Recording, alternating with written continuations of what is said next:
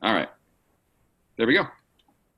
All right. Do you prefer Dr. Paul Wallace or just Paul Wallace? Just Paul Wallace is fine. All righty.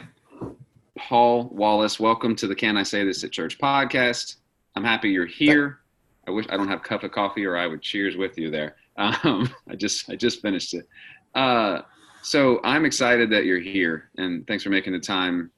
I don't even, what day is it? Thursday. Thanks for making the time on this Thursday to pop onto the show. You're welcome. So I like to start off with the same question because I think background context matters when we talk about faith, and your story implies everything that you do now. So if someone asks, Paul, kind of walk me through what makes you you, and you go through that really in brief in your book, but what would you say are kind of those high points that you're like, yeah, when I reflect back, like these are the things that matter, and they're why I do what I do today. Okay. Well, I guess the main thing to know is that I grew up in a scientifically literate Baptist household,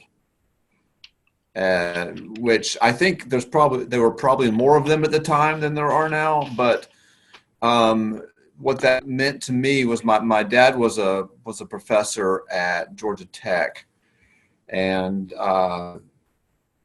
knew a lot of science and talked about science a lot. There were a lot of science books around the house.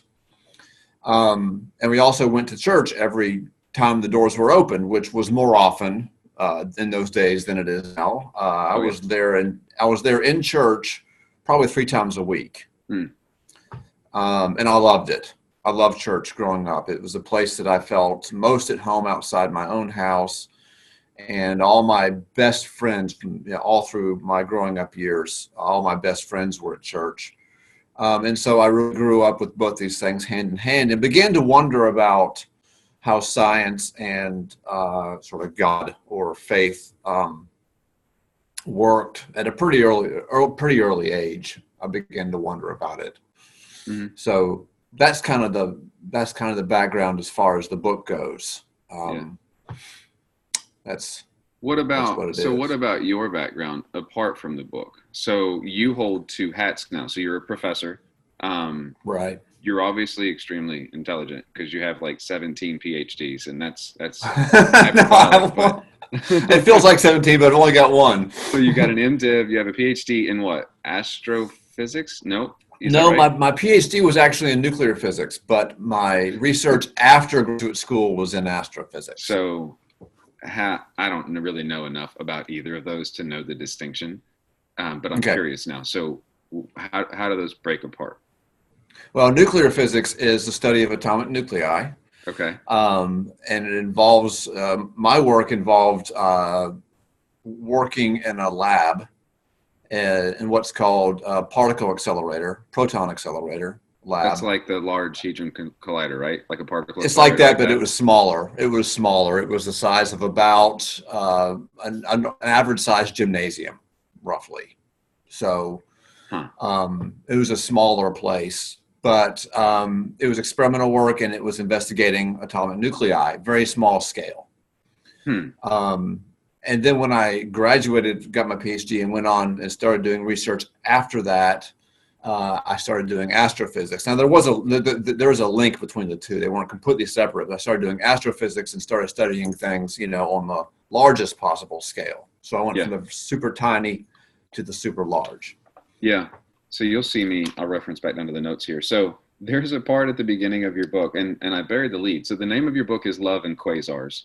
And so I had this yesterday. I was rereading it. So I've read it twice now because it's an easy read and it's not insanely long. And so I really appreciate that. Those are both highly intentional. Well, yeah, because science can get, my wife is a nurse, and sometimes she'll say things, and I'm like, I don't, if you want me to talk like my wife is too, and I experience exactly the same thing. I'm like, I don't know what you just said. Yeah, oh, your wife's a nurse? Mm-hmm. Yeah, she'll say things, and I'm like, are they okay? Like, what does that mean? Like, I don't. Everybody's alive. It was a good day. It's a bad. I don't understand. Yeah.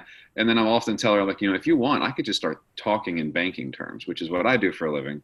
Okay. But she equally gets like I don't know what you're talking about right now. Yeah. At a high Language level. barrier. Yeah. So when you say, so my son asked me yesterday, we were at the doctor, and he asked me, he's like, what's a quasar? And so I pulled up a YouTube video. Yeah. And I tried to show him that, and he was bored. I kept fast forwarding, and then we just saw some artist rendering, and he goes, "So it's just a flashlight?" I was like, "No, I don't." But yeah, that's what the flashlight. That's what the pictures look like. So I really wanted to know. So how would you explain a quasar to a 10-year-old?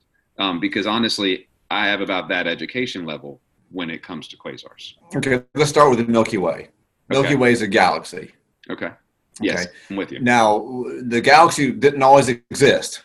There was a time earlier in its life when it was much younger, just like you and me, right? There was a time we were born. But it turns out that when a galaxy is formed, when a galaxy is born, it's extremely bright. It pumps out a lot of energy when it's very young. Kind of like people, right? They tend to lose the energy as they get older. And so what a quasar is basically a galaxy in its very early stages of formation. Now, the deal is, though, and this is where it gets a little bit head trippy, is that the only galaxies that we see forming these days are the ones that are very, very far away, because we're seeing the light from them. The light that we see has been traveling for billions of years. The big galaxy forming stage in the universe was billions of years ago. So the only things that we're seeing that are only galaxies that we see that are still forming are ones that were formed billions of years ago, and we're just now seeing the light from them. So the bottom line of all that, the clip and save, all you need to know is that quasars are among not only the brightest things we can see, but the most distant that we can see. All quasars that we see are extremely far away. So on a cosmic scale. Yeah. I do want to ask you about scale, because you break down in the Washington Monuments a bit about scale, but I want to get there in a minute. So when I'm looking at the night sky, realistically, every star that I see is, I always understood it's a sun. Some of those could be quasars, I guess, as well, or can I not see them? not individual stars, no. You can't see any quasars with your eye. Oh, because it's the galaxy. It's not right, because they're galaxies. There's only there's only a handful of galaxies you can see other than the Milky Way you can see with your eye, and they're all very close to us. All quasars are too dim to see with your eye. Huh. Sorry to say. No, that's fine. Because people have made nice little YouTube renderings that confuse that's right. me and that's my right. 10-year-old. So you talk about in the beginning the importance of, in your book, the importance of having a realistic view of science, and then you basically say, what is official science? So what is official science? Like when we say the word science, what are we intending to mean? Because I think people say science and they mean a lot of things, just like people say banking and they mean a lot of things, or ministry and they mean a lot of things. Well, when I use the word science in the book, I'm not talking about technology, or not talking about computers, not talking about medical technology. I'm not talking about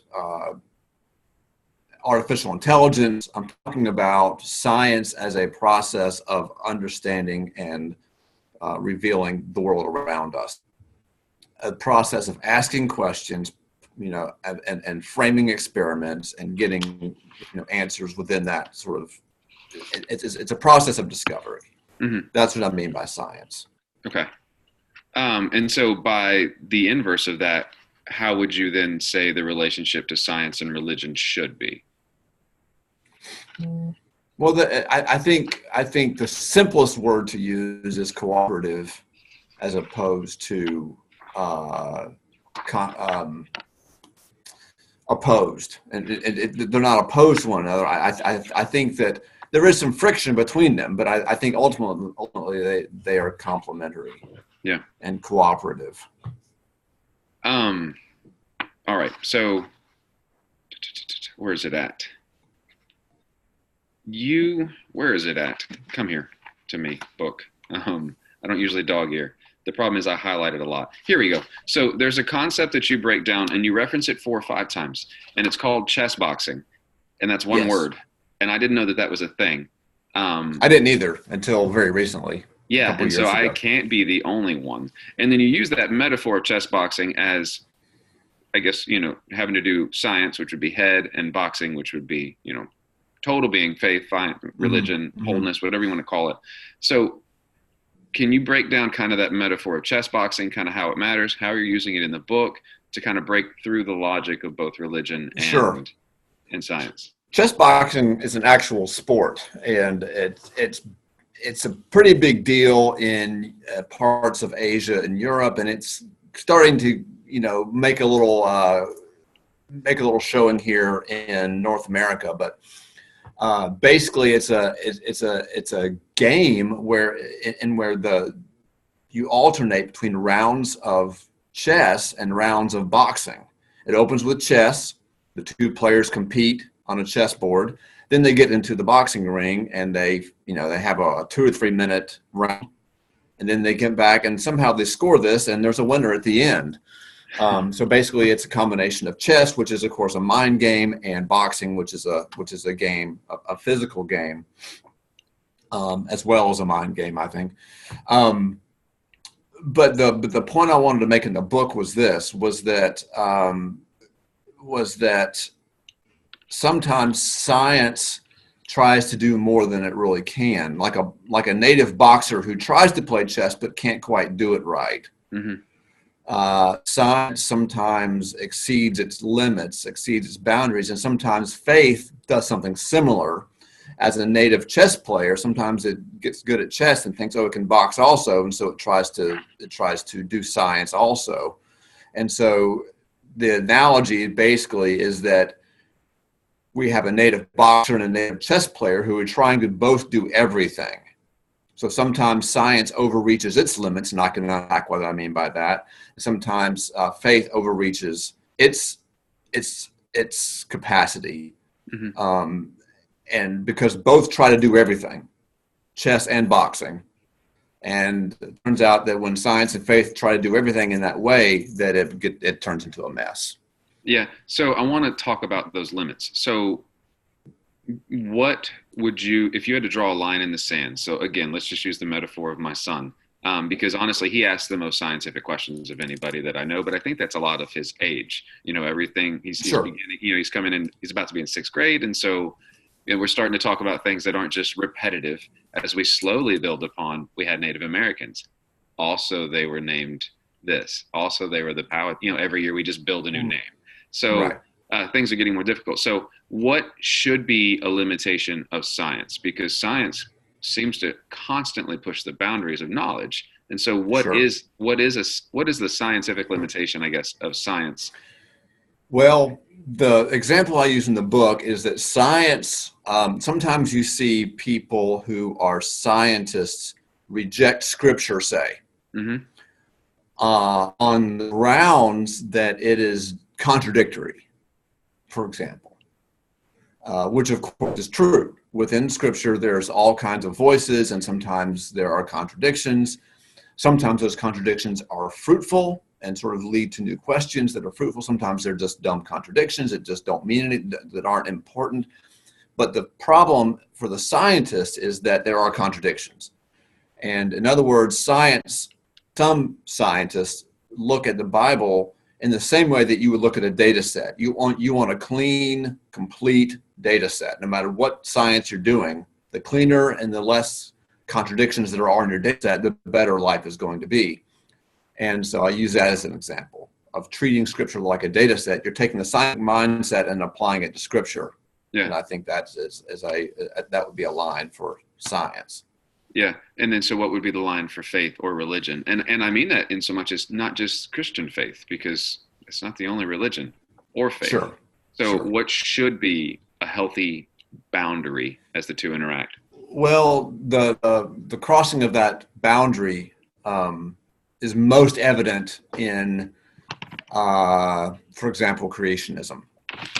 Um, Religious people, Kinham sort of young earth creationists is the Mm-hmm. term, who insist that certain scientific ideas are out of bounds based on their understanding of Scripture. So they're going the opposite direction. They're taking the understanding of Scripture and applying it outside the limits of the text and saying, okay, evolution can't be true because Genesis contradicts it.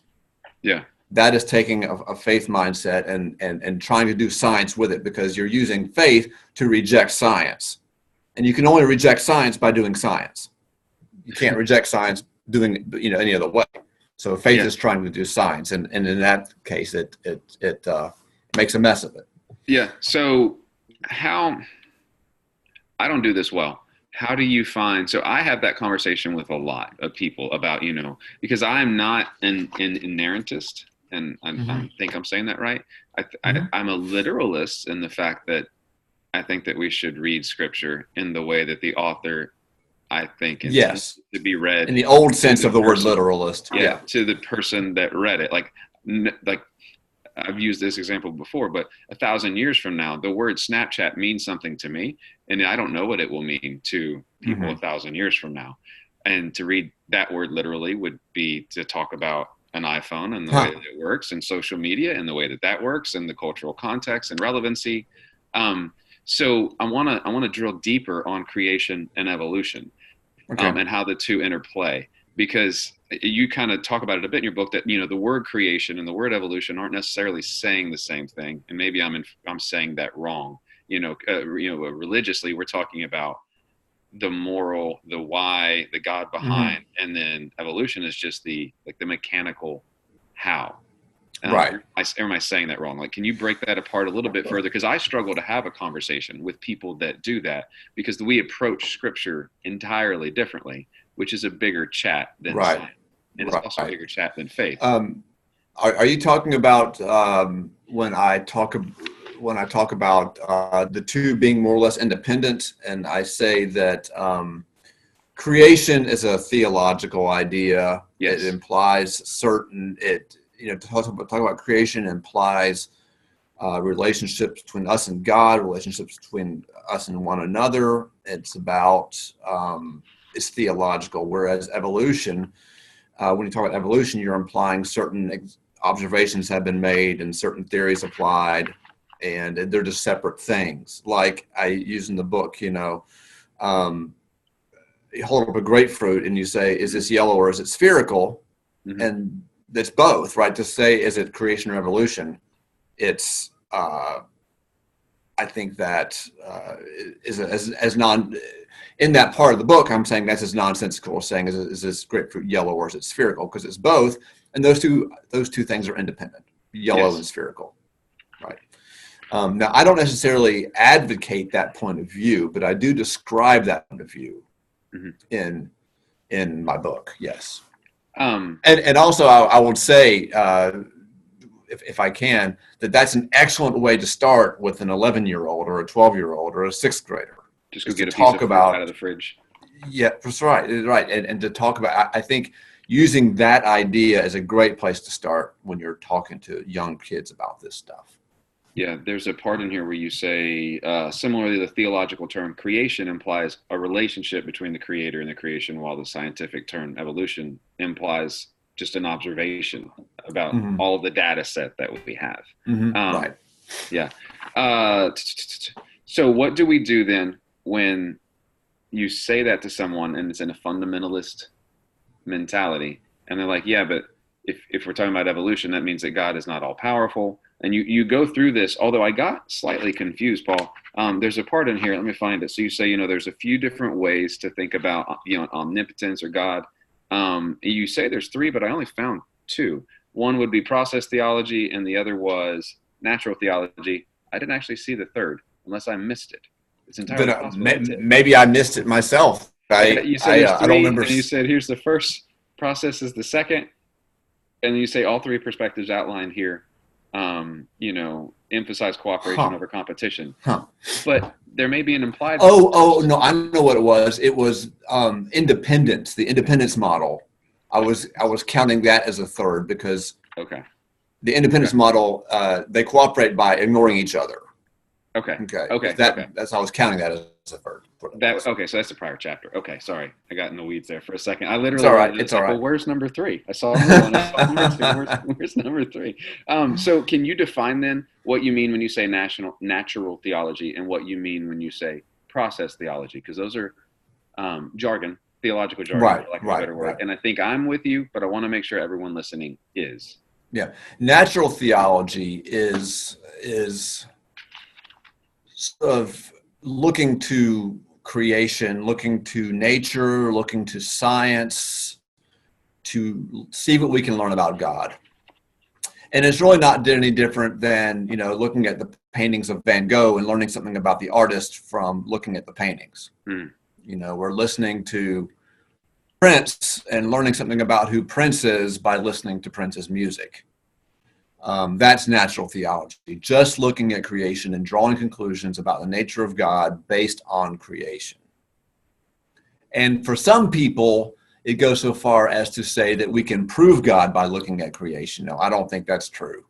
But some people would say that we can actually prove that there's actually a God by looking at creation. And no, that is also natural theology. So that's natural theology. Okay. Process theology is a much more intensive, total reworking of the Christian faith. And it makes it essentially smooths off a lot of the rough edges between traditional Christianity and science and puts the two into a single system that's more or less self-consistent. And it's very deeply philosophical, but that's process theology. Yeah, I need to visit that because I talked about open theism way many years ago. That's not quite the same thing as process. No, but there is some overlap. The Venn diagrams do overlap there. Yeah, I'm going to have to dig into that, but that would require many, many more hours of reading. I don't get into it in the book at all, but I am very, although I don't really cross over that line, I am deeply sympathetic to process theology. Why? Because it resolves some problems that are big problems, like the arbitrariness of suffering, and also just how to sort of frame Christian belief within an evolutionary context, which is one thing that you just can't avoid if you take science seriously. The idea of an evolutionary story, that you just can't avoid that. And so it resolves some of those tensions right there. Would you call yourself a process theologian, or no, you just like some of the practices or some of the ideas?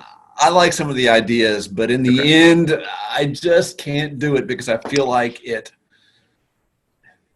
And I've got friends who are process theologians, and I hear them railing at me. But in my mind, it tends to flatten the world out a little too much and nail it down and smooth off the edges a little too much for my taste. You know what I mean? Yeah, that's fair. Yeah. I have a question, and you infer that the discovery is noteworthy. And so if it's all right, I want to read a part of here. So you talk about gamma rays, which I recently learned with my son because he's learning about spectrums and light waves and Isaac Newton. And so I've been quizzing him, what are the, on the frequencies here on this. Right. What the order. He's like, infrared, X-ray, gamma ray, radio, and then, the normal, violet, all this stuff. And he's like, gamma, so we're all going to be the Hulk. And I'm like, no. And you make the same joke in here. You say, gamma rays stream down constantly from the sky. And you're talking about a scientific discovery that you did. And you say, at the time, very few quasars were known to emit gamma rays, making my discovery noteworthy. So what did you do? Like, what were you, like, what is that? So you talk about, I guess, proving? No, not proving. Finding? I don't know what the right word is. Finding. It's like, suppose you went into the forest and you found a tree that didn't really fit anybody else's taxonomy of trees. You didn't really fit in the system anywhere, because its bark had certain characteristics. Its leaf shape was a little odd. The way its leaves were clustered, its fruit looked a little different, and didn't really fit into anything, any previous category. And so after you spend some time comparing your tree to everything else, you start to realize you discovered a new species of tree. Yeah.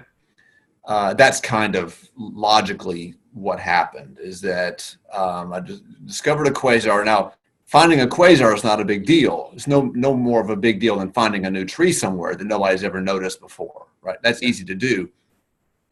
But to find this particular species of quasar was a little unusual. So its characteristics were odd.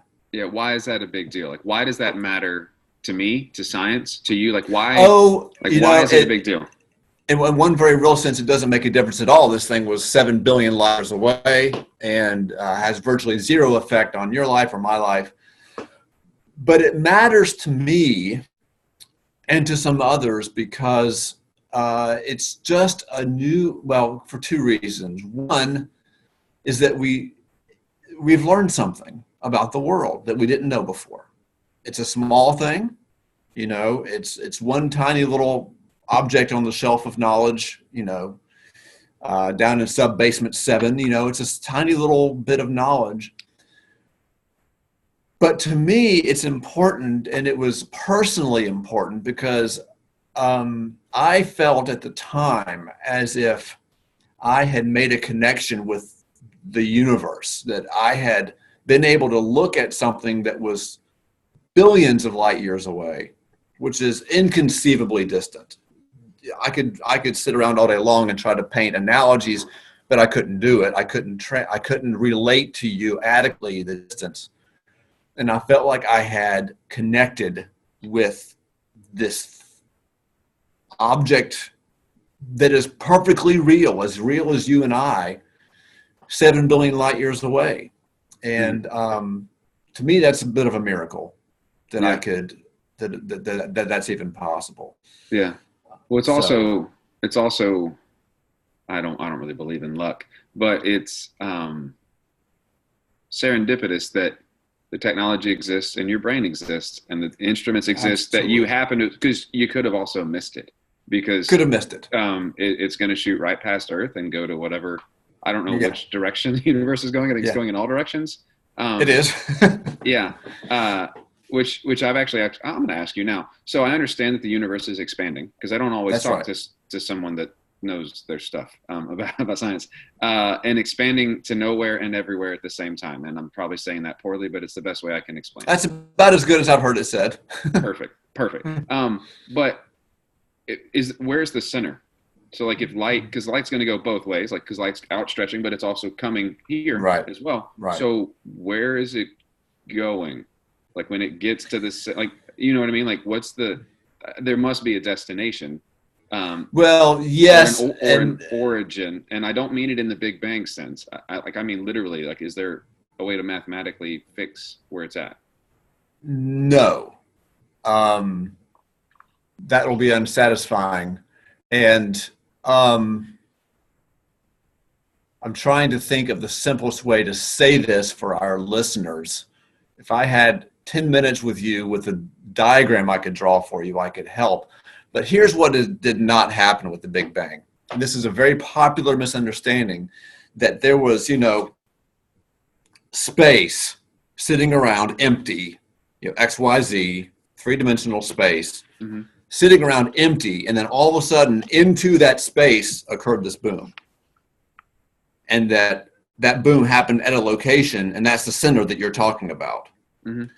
But that didn't work that way, because space itself, you have to understand, and we believe this ever since Einstein, he convinced us that space itself is a thing, that itself is a player in the drama here.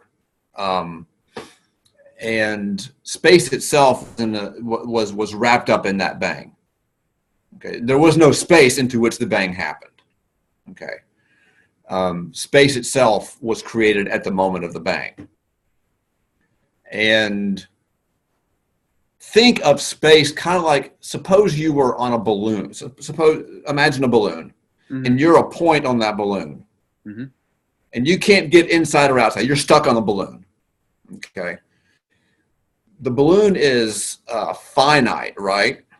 there's not an infinite amount of area on the balloon, but it's also not bounded. There's no walls anywhere on the surface of the balloon. There's no place where you go and then all of a sudden the balloon ends. Space is more like that. Space is more like if I go in that direction ahead, and if I go long enough, I'll end up back where I started. I won't. There's no wall anywhere. There's no end of stuff anywhere. Huh. So obviously, this is going to be hard for listeners to imagine, and it essentially involves getting more three dimensions into the picture.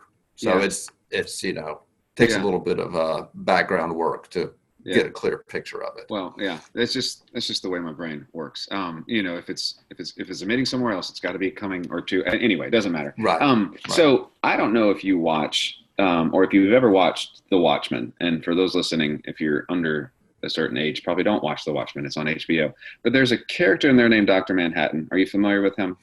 No, I know the premise of the show, but I've never seen it. So Dr. Manhattan effectively steps into some kind of some kind of mechanism. There's a mistake, and he literally is atomized. And then over the course of time, he's knitted back together. He still has all of his memories, but he also exists everywhere. And the reason I bring that up is there's a part in here where you talk about after you measured the gamma rays coming out of the quasar. It's a big deal. You're exuberant. And so you say, I can still see the scientific vision that emerged from my victory walk on that hot Maryland day.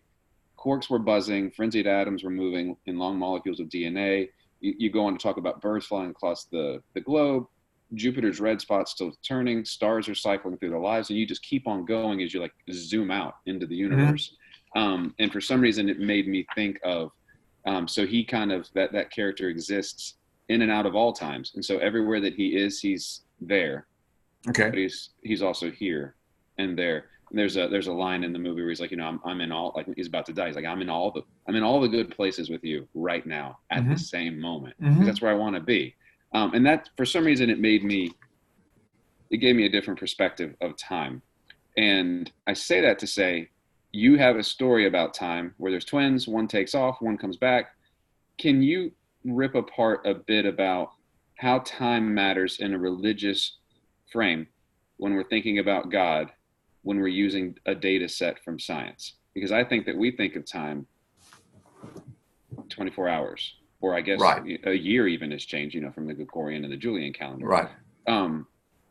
But time is the clock that drives, time is the engine that drives, I think, most everything that we do.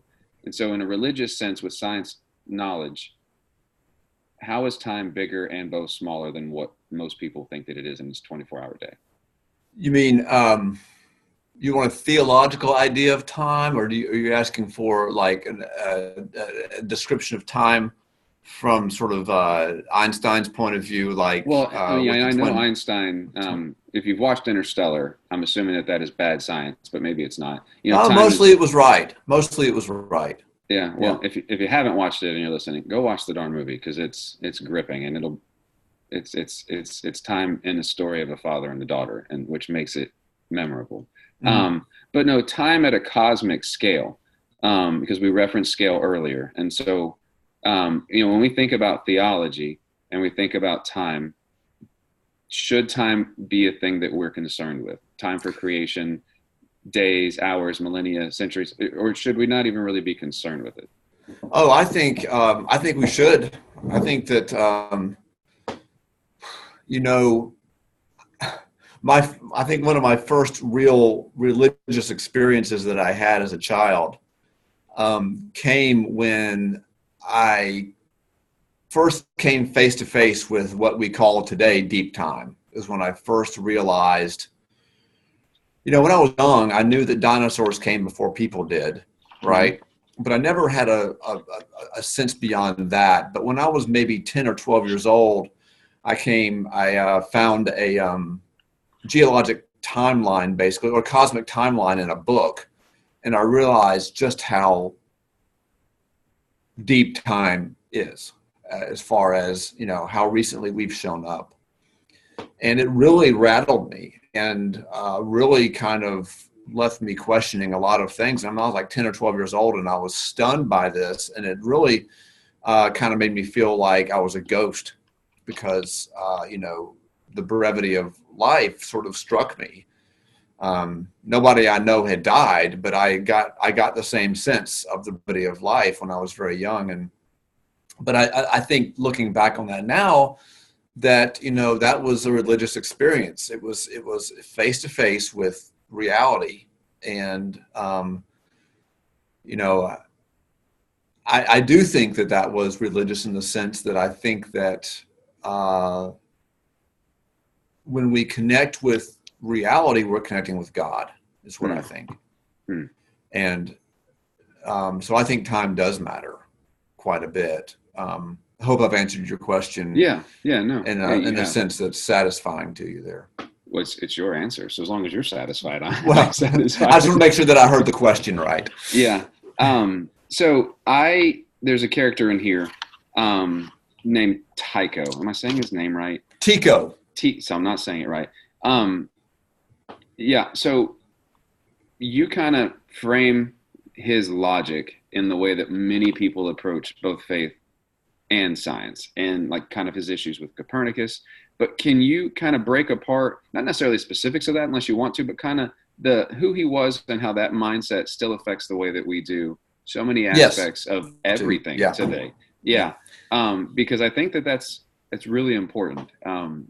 Really important. Matter of fact, I highlighted almost the whole chapter because the thoughts behind that are. I'm glad you liked it. Oh yeah. Well, Chico was. Oh, because it was new, you said? Except for I watch a lot of sci-fi, so there's The Expanse, which is on Amazon now, but it was on something else. There's like a station by a guy named Tycho or Tico or whatever. Okay, but it's spelled the same way as well. So it's named after him for sure. Probably, yeah. Yeah, he was a 16th century astronomer. He died in the first years of the 17th century, but he was the greatest European astronomer to never use a telescope. He died just a few years before the telescope was invented. But his career occurred after Copernicus died. So during these years, the Copernican theory, the idea that the sun was in the middle and the earth goes around it, was a new and radical idea. And astronomers and philosophers did not like Copernicus's idea for a number of reasons. They had some really good reasons. One of them was that all of Aristotelian physics and cosmology, which is what they were taught, was a unified set of ideas, but it was grounded in this idea of the earth at the center of the universe, or in the middle of the universe, I should say. Mm-hmm. And so anyway, Copernicus upset that, right? Copernicus put the earth out around the sun, and it disrupted the whole system of thought that had dominated universities for several hundred years. And so that was a problem. Also, the scientific evidence Copernicus had was very thin and of a very strange kind. So there wasn't that much scientific evidence in favor of it. So Tycho rejected it, which was the majority opinion at the time. But for two reasons. One is that there was not much scientific evidence for it. Well, really three reasons. One, there wasn't much scientific evidence for it. Number two, it disrupted virtually everybody's ideas of what the world was like. Mm-hmm. But the third one was theological. And the third one was this: what very people know about the Copernican theory, the idea that the sun sits in the middle and the earth goes around it, if that were true, then the stars would have to be much, much, much, much further away than previously thought. Now, the details of that are not important, but the point is if Copernicus is right, then there's a whole lot of empty space between Saturn, which was the highest planet, and the stars. Expanded that distance by almost 1,000 times. Minimum. And this idea that the universe would have so much empty space in it, for Tycho, was an argument against Copernicus, because he thought God would not possibly make a universe with so much wasted space. Mm-hmm. That was his argument.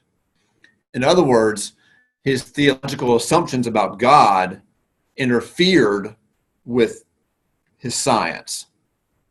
And his ideas about God wouldn't possibly make a universe that is so out of accord with common sense, mm-hmm. right? There's no, God certainly wouldn't do that. Therefore, this scientific theory must be wrong. Yeah. Pitting his idea of God against science that way. And because he could not accept that God would do that, he rejected one of the greatest foundational scientific theories of history because of his theological assumptions. With what you know of him, do you think had he lived a little longer and had a telescope, he would have recanted? Or I don't know how much you know about him. Like if he had, that's if he's that's an excellent question. Looks in it and goes, actually, I'm sorry, I was he wrong. might have, but he had his own theory, a third theory of the universe. He proposed sort of a compromise theory between Aristotle and Copernicus, and he had a lot invested in that. And that would have been really interesting to see if he would have come around. I think he might have, but it would have been extremely painful to him because he had basically all of his professional career invested in a theory that Galileo basically and really people around him proved to be wrong. Huh. Yeah. I'm just curious. It's one of the few things I wrote in the book was, I wonder if he would have changed his mind, That's an excellent question. I've never thought of that before.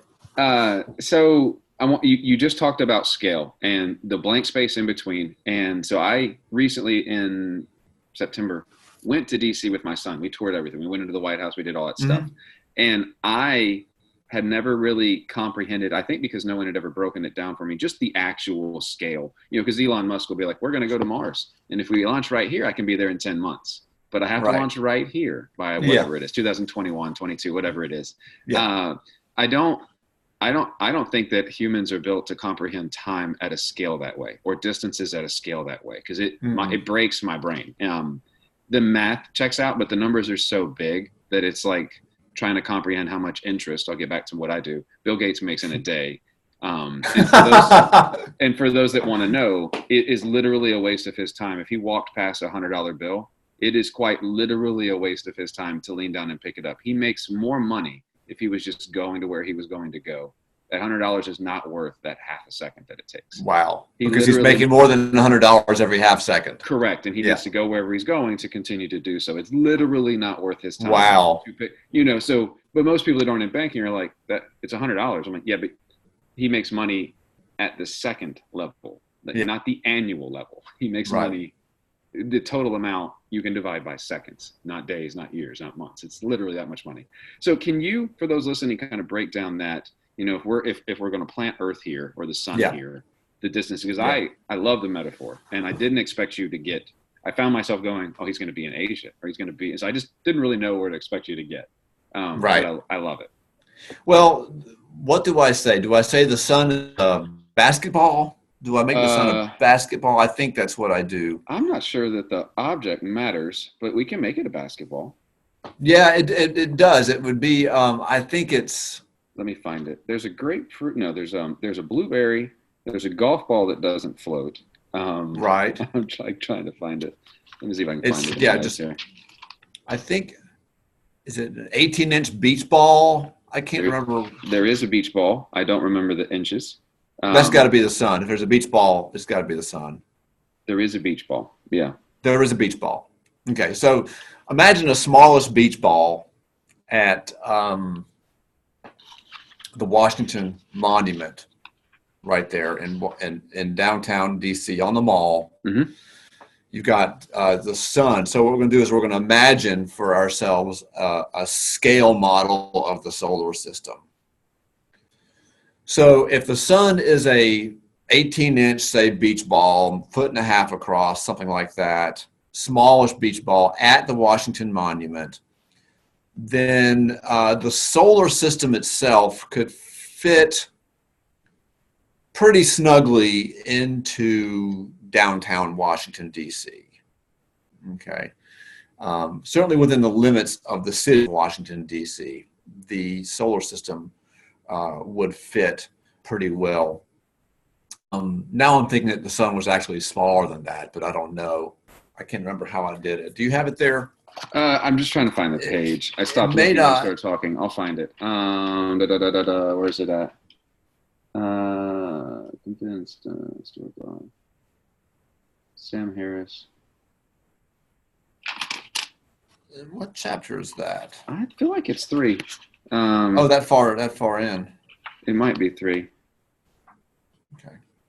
You can edit this out. I don't know how to edit video. I'm just going to make it go how it goes. But yeah, I can edit it out. Yeah. Because I highlighted it. 1 second. Economist. Scientific. I should have written down the page number. Here we go. It's chapter, drum roll please, 6. Dang it, I was way off. I was halfway there. Yeah. Okay. So if the sun were, here we go. If the sun were, it's on page 46. If the sun were shrunk down to basketball size and placed at the base of the Washington Monument in Washington, D.C., Earth would be a peppercorn about 80 feet away.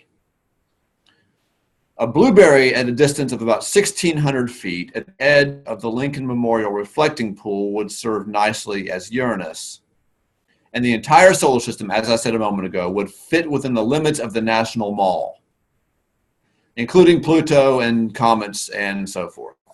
So the thing that I'm trying to communicate is not so much the size of the solar system, which itself is beyond human understanding, but the distance to the closest star. So we've got the solar system fitting pretty nicely into downtown Washington, D.C. Mm-hmm. The next closest star, Proxima Centauri, would be in Hawaii on that scale. So from D.C. to Hawaii. From D.C. to Hawaii. The next closest star would be on the eastern edge of the big island of Hawaii. And then just time out. So for those not in Virginia, and I am, because when I lived in Texas, I don't even know that I would have understand that reference. So center of the eastern seaboard, literally off the Atlantic coast, from Washington, D.C., you can be at the ocean with no traffic, within a matter of minutes. Yeah. So just for scale there. Okay, so we're at Hawaii, and that is the next star.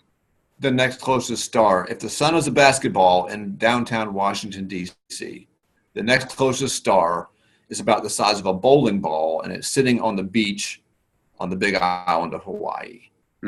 That is the scale. That is the ratio of star size to empty space between star size. When I first made that calculation, I made it back when I first started teaching astronomy 15, 16, 17 years ago. I sat down and did that calculation, and I thought it was wrong. I really thought that was wrong. I thought it was too far or too short? It was too far. I thought if the sun were a basketball in Atlanta, Georgia, that the next star would be maybe in South Georgia. 400 miles away, 300 miles away, but it turns out it's 10 times that distance.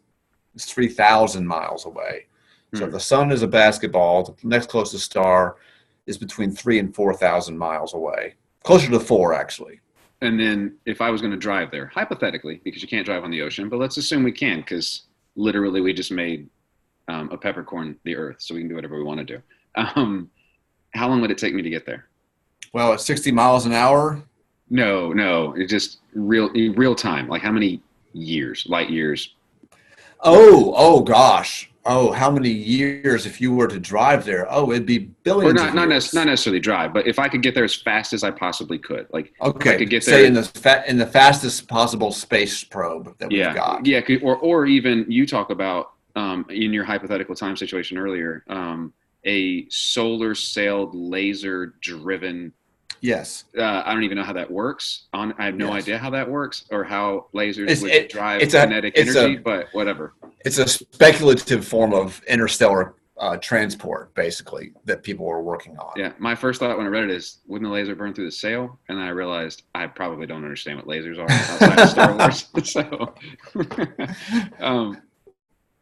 well, at the fastest possible, of the space probes we actually have right now, it would take you billions of years to get there. At least hundreds of millions of years to get there. And that's it moving like 20,000 miles an hour. Yeah, and if I could move as fast as light, how It's, fast? it, And fast as light, it remain would take you. constituted.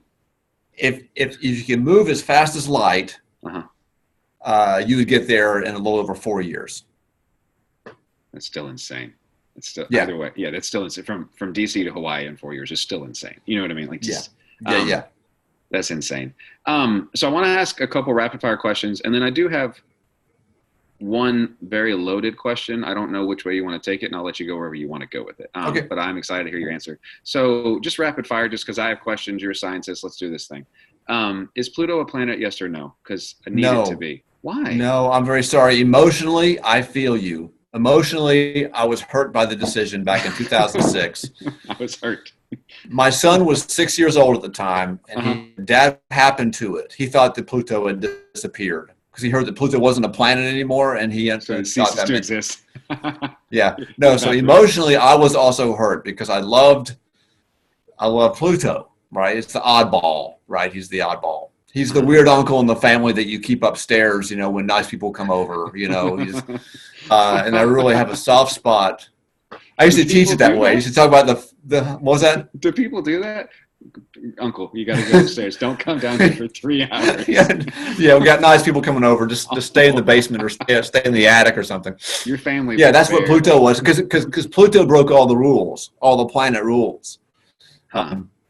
And I won't go into those right now, but there are certain patterns that you see in the solar system and certain rules that kind of apply, and Pluto broke all of them, and so he was kind of beloved for that reason, but also eccentric, a little bit,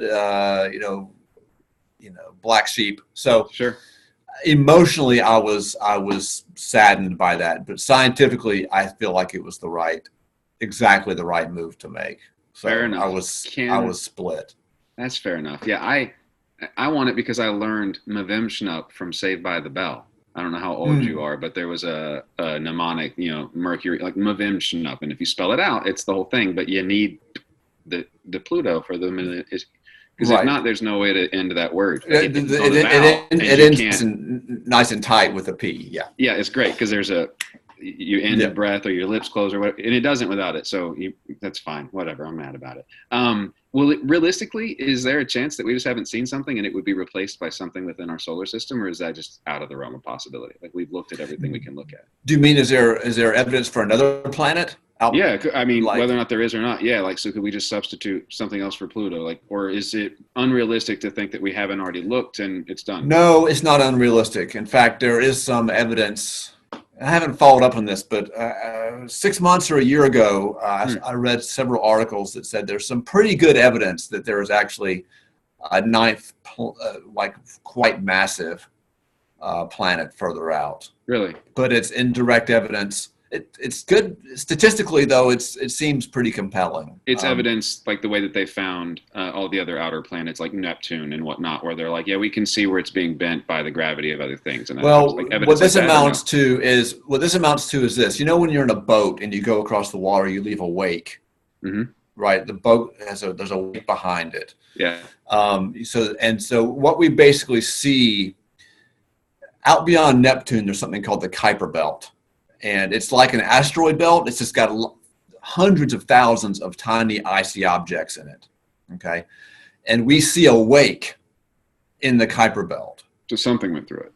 As if something passed through it and put these things on certain orbits that either is just a really nice coincidence that they all have these odd little orbits that make it look like something passed through, or something actually did pass through and push them into these odd orbits. I know you said you hadn't really dug into it much, but I want to clarify. When you say pass through, like, we can repetitively see that something is passing through, or this wake is like frozen in time as it orbits?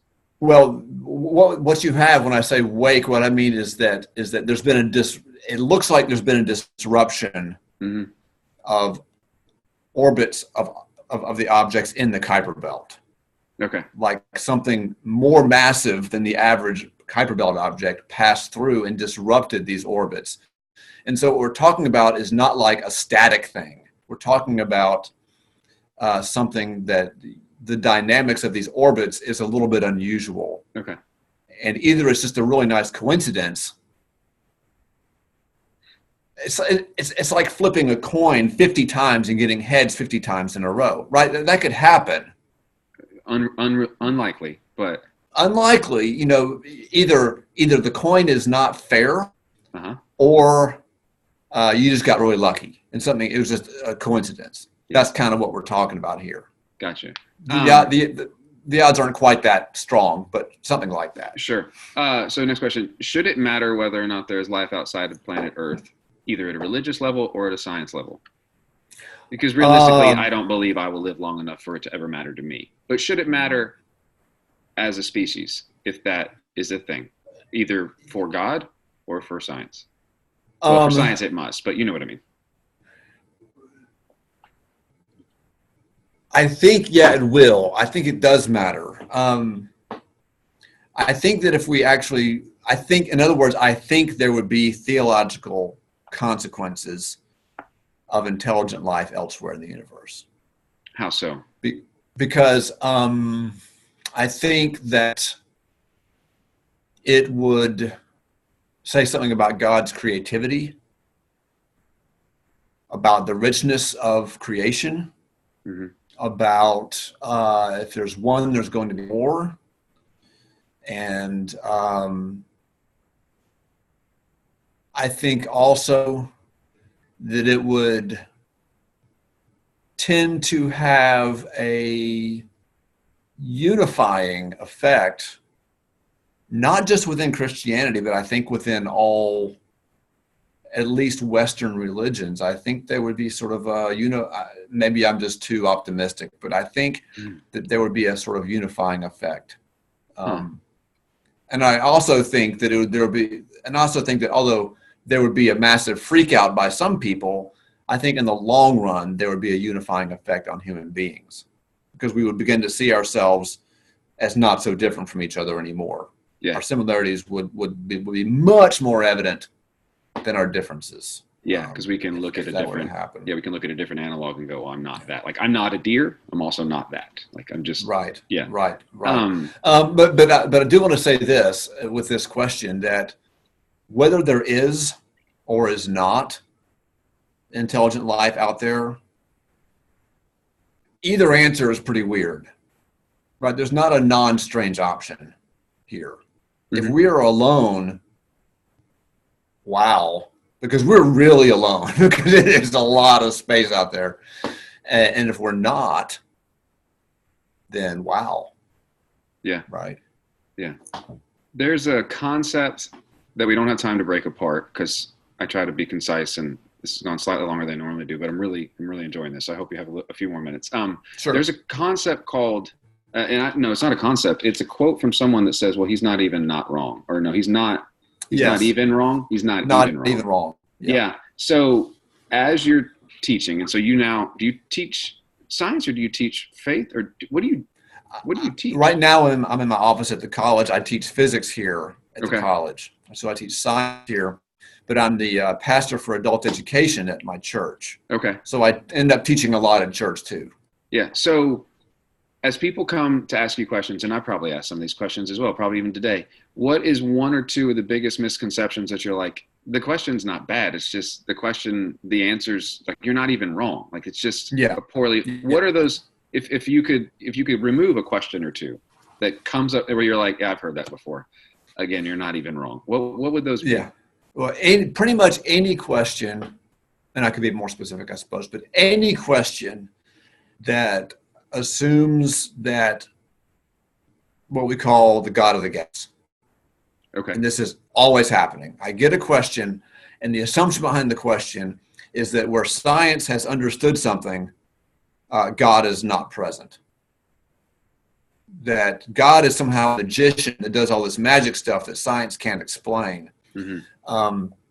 The God of the gaps is a fallacy, and it basically says that that God lives in those places that we don't understand. Like, to think about Newton. At the time of Newton, the origin of life and the origin of species was a mystery. So, Newton kind of figured out his rules about how planets go around other planets. But for Newton, you know, God was obviously had made us human beings, and there was no explanation for that. So that's where God didn't really keep the planets going. Yeah. Right? God was responsible for life. But as time goes on, you know, as Darwin shows up, oh, now we have a scientific explanation for, you know, origin of species. So God's not there anymore, right? So questions like what's a good question? Basically, creation or evolution. You know, Mm-hmm. that's the big question. Was the world created or did it evolve? The Both. assumption being that if it evolved, then God certainly had nothing to do with it, Mm-hmm. because why would God do it that way? That doesn't make sense. You know, the Yeah. idea that the two are opposed. Any question that comes out of that, Yeah. uh, Yeah. I just have to, you know, bite my Good. tongue and Good.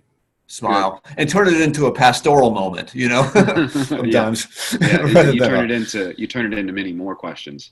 Yeah. yes. And ask, yeah, but I never heard that. I highlighted, wrote down, I actually have it taped right up here. You can't see it, but to the right of the Yeah. camera here, of just to be mindful, because I ask so many questions with so many people and I read so many things. And I think it's a good maximum to kind of, make sure what you're asking matters, kind of thing. At least for Yeah. me. And if you want a specific question, it would be like the one I talked about in the book where the woman asks, but how the Big Bang get started? Like, Mm-hmm. what has happened here is that God has been pushed back to this point before Big Bang, Mm-hmm. and that, you know, God's responsible for that. Maybe everything is sort of, you know, went on its own after that, but at least God got things started. That to me is a sign that there's some God of the gaps thinking going on. Yeah. Yeah. All right. So final question, I think. So with your training, when you look at things, you see things working in a way that I just don't understand. Like when I look at bank accounts numbers that ticker across in CNN or whatever, like I see that and I actually see other things than I think what Yes. my wife would see or maybe what you would see. Sure. And so, I mean, and so does she. Like when she looks at that stupid thing on Grey's Anatomy and she's like, it's not even plugged in. That's not how you hang a bag. And chemo's not that color. Like chemo's not that color. That's just there for TV. Like she's like, there's 4 colors and none of them are that, you know. She sees things that I don't see. And she sees wonder and mystery differently, and as do you. And so as a scientist, with all of the information that you have about physics and atomic science and astronomy, where do you look out at night and you're like, this is where I see wonder. This is where I see the divine. This is how I'm still amazed. Like, what is that for you? You mean, what is it that I actually see? Like that's different than what a non-scientist would see? No, I guess maybe, but with what your knowledge is. So a lot of people, the further they dig into science, and you allude to it in your book a lot, you know, they just move away from any faith or religion because they need the data sets nice and clean. Okay, but I think with the right mentality, and you do this in Isaiah a bit as well, where you're like, you know, I see things. This, you know, I could take this and read it this way, or I could also take it and go, how beautiful is this? But with, you know, when you're at home watching your kids, you're with your wife or whatever, you're literally not saying anything. You're just looking up at the stars or reflecting, you know, in your office or whatever. What is it that you're like, oh man, this is where I cannot wait for science to get here because this is going to be wonderful. Or maybe that's the wrong question. You're like, this is how I see wonder. And I ask that because you talk about wonder a few different times. Yeah. You begin talking about the wonder of God with a story about the, you know, the sun setting somewhere in the Blue Ridge Mountains. And there's a really funny story with your parents. And, you know, I think either your mom or your dad's like, why do you my mom, yeah. Why you got to do that? Don't be there. Stop it. Yeah. But you also talk about wonder at the tail end, you know, as you're trying to reconcile it up, you know, there is wonder and glory. So my question is, where do you see that? Well, I see it pretty much everywhere. And I'll make 2 comments about that. One of the main places I see it that to this day I really can't quite believe is that everything that we experience, you know, our living body, our buildings, the sky, the clouds, cats, planets, galaxies, the damn everything. He said cats. Cats, yeah. I have a cat. I love cats. We are the thing that kills me is that we are basically composed of like 3 different particles. Hmm. Everything, when you break it down, is there's a universal sort of particles that just show up everywhere. But it's amazing to me that from such utter simplicity, such complexity can come. That to me is, it's just a very simple thought, but it occurs to me nearly every day at some point. Nice. Another thing is that when I do look around, I do see things differently than you would or other people would, just because of my own particular training. Mm-hmm. But what science has taught me, and what relatively few scientists will say, although it motivates them every day, is that with everything that we know about stuff, the more we know, it's like the knowledge is not a closed system. It's not like, oh, we know that now, we can put that on the shelf. Every time we think that's true, we come to realize that that is not true, and that needs to be taken down because there are more questions. Yeah. Questions multiply as fast or faster than our knowledge does. And so looking out and seeing things that you might be able to understand is a pleasure, but you have to also admit the pleasure of not knowing what's beyond what you know. Yeah. And that to me is everywhere around me. Yeah. I like everywhere. That. Let's wind it down. Where would you send people to, Paul, to buy the book? I didn't read your first one, but I'm going to buy it now. That's going to happen. Where would you send people to, though, to get a hold of you, read what you do, listen to other things? Like, where would you send people? There's a site. My website is pwallace.net. Okay. P as in Paul, Wallace, net.